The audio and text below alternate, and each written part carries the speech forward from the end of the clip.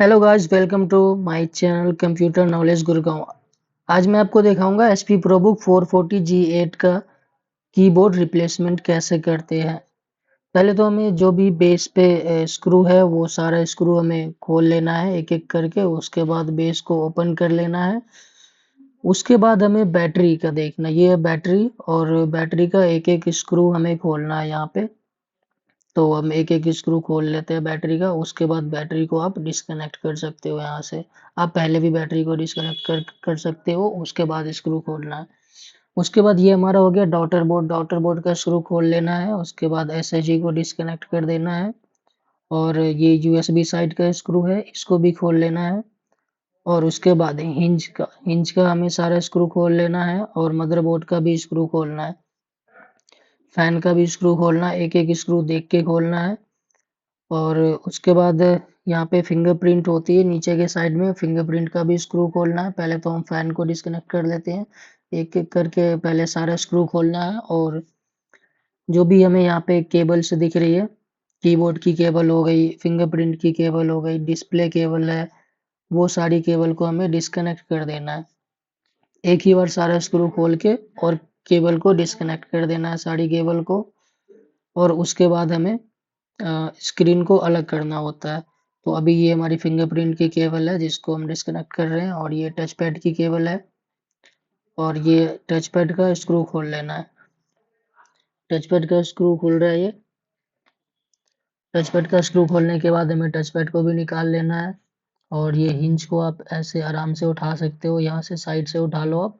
उसके बाद ये स्पीकर की केबल है, इसको आप डिस्कनेक्ट कर दो। उसके बाद यहाँ से हम सिंपली डिस्प्ले को अलग कर लेते हैं टॉप कवर से। फिर डिस्प्ले को आप साइड में रख दो, और आराम से आप यहाँ पे पार्ट रिप्लेस कर सकते हो। टच पैड को डिस्कनेक्ट कर दिया, और यहाँ पे ये डॉटर बोर्ड है, इसको केबल के साथ ही हम यहाँ से निकाल लेते हैं, एक साथ ही सारा निकल जाएगा। और इसको हमने साइड में रख दिया। और ये स्पीकर है, और ये फिंगरप्रिंट है, जो फिंगरप्रिंट को हमें निकाल के साइड में रख देना है। उसके बाद हमें सारा पार्ट निकाल के साइड में रख दो। उसके बाद हमें दूसरा कीबोर्ड लेना है, ये हमारा नया कीबोर्ड है HP 440G8 का। तो इस कीबोर्ड को हम इसमें लगाएंगे। ये हमारा कीबोर्ड आ गया, और सबसे पहले हमें स्पीकर लगाना है। स्पीकर हमने लगा दिया यहाँ पे। उसके बाद फिंगरप्रिंट आती है, ये फिंगरप्रिंट को आप सेट कर लो, और यहाँ पे स्क्रू लगा दो। यहाँ पे फिंगरप्रिंट पे स्क्रू लगा देंगे। उसके बाद हमें फिंगरप्रिंट का स्क्रू लगाने के बाद, फिंगरप्रिंट लगाने में दिक्कत होती है तो यहाँ पे एक बार देख लो आप कि सही से सामने से दिख रहा है या नहीं दिख रहा। जैसे हम फिंगर लगाते हैं फिंगरप्रिंट के लिए, तो अगर वो ऊपर नीचे हो जाता है तो काम नहीं करता है। तो उसकी अलाइनमेंट को सही से बिठानी होती है हमें। उसके बाद जब ये बैठ जाता है, सिंपली हमें टच पैड लगाना होता है। टच पैड को भी हमें देखना होता है कि जो हमारा टच पैड है वो सही से लगा है या नहीं लगा है, ताकि नीचे से जब हम प्रेस प्रेस करते हैं तो वो सही से प्रेस हो पाए। उसके लिए हमें टच पैड का सारा स्क्रू लगाना है। उसके बाद हमें मदरबोर्ड जैसे हमने निकाला था वैसे ही एक बार में ही सारा रख देना है। और एक साइड से पहले हमें कंप्लीट करना है, जो डाउटर बोर्ड है उसका यूएसबी पॉइंट सब देखना, हमें सही से अपनी जगह पे लग रहा है या नहीं लग रहा है। उसके बाद फिर हमें जो हमने केबल डिस्कनेक्ट करी थी स्पीकर की और कीबोर्ड की और फिंगरप्रिंट की केबल, तो वो सारी केबल हमें एक एक करके लगा लेनी है, और ये टच पैड की केबल भी लगा लेनी है।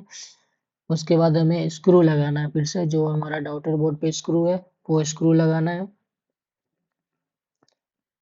एक एक करके स्क्रू देख लेना, जहां जहां से स्क्रू खुला था वहां वहां पे स्क्रू लगाना होता है।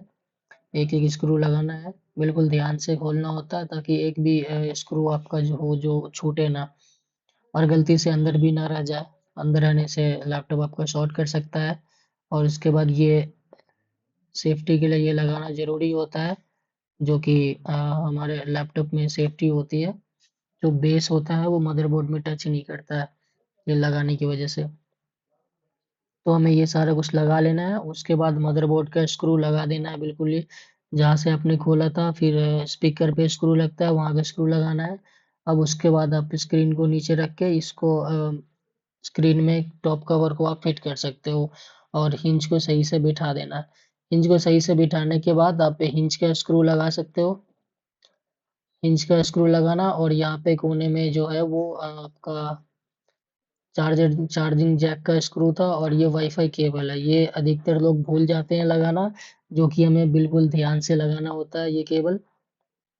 उसके बाद ये हमारी डिस्प्ले केबल आ जाती है, जिसको भी हमें बिल्कुल ध्यान से लगाना होता है। और याद रहे कहीं पे भी आपका हाथ टच ना हो। और ये बैंड आपको हमेशा पहन के रखना है, ताकि इससे कोई तरह का किसी तरह का अर्थ ना हो, जिससे हमारा लैपटॉप शॉर्ट होने से बचता है। और एसएसडी लगा देनी है, फिर हमें बैटरी लगानी है। और हमें हमेशा प्लास्टिक का ही यूज़ करना है। यहाँ पे जैसे हमने ओपनर हमारे पास प्लास्टिक का, इससे हमने लगाया बैटरी। और कई लोग करते हैं यहाँ पे स्क्रू ड्राइवर से लगा देते हैं, तो वहाँ पे आपको सेफ्टी रखनी होती है। अगर स्क्रू ड्राइवर से लगाते हो आप, तो वो शॉर्ट भी कर सकता है। उसके बाद सही से पैक करके हमें बेस लगा देना है। और बेस की फिटिंग हमें सही से कर लेनी है बिल्कुल। उसके बाद हमें बेस का स्क्रू टाइट कर देना है। जैसे हमने खोला था, एक एक स्क्रू टाइट कर देना है। और उसके बाद टाइट करने के बाद हम अब हो गया हमारा ये फिनिश हो चुका है। अब इसको हमें ऑन करना है। ऑन करके अब हम F2 प्रेस करके सिस्टम डायग्नोस्ट में जाएंगे, और यहाँ पे हमें डायग्नोस्ट करना है कीबोर्ड का। तो अब देखते हैं हम कीबोर्ड का डायग्नोस्ट करके, यहाँ पे जितनी भी एक एक की होती है वो सारी की प्रेस करके हमें चेक करना होता है। पूरा 1 2 से लेके जो ABCD अल्फ़ाबेट वगैरह सब कुछ हमें एक एक की प्रेस करके हमें यहाँ पे चेक करना होता है कि कोई की हमारी खराब भी है या हमारी चल रही है, नहीं चल रही है, हमारा हमने जो कीबोर्ड लगाया है वो सही से चल वर्क कर रहा है या नहीं कर रहा है। तो हमें ये सारा सही से हमें चेक करना होता है एक एक की।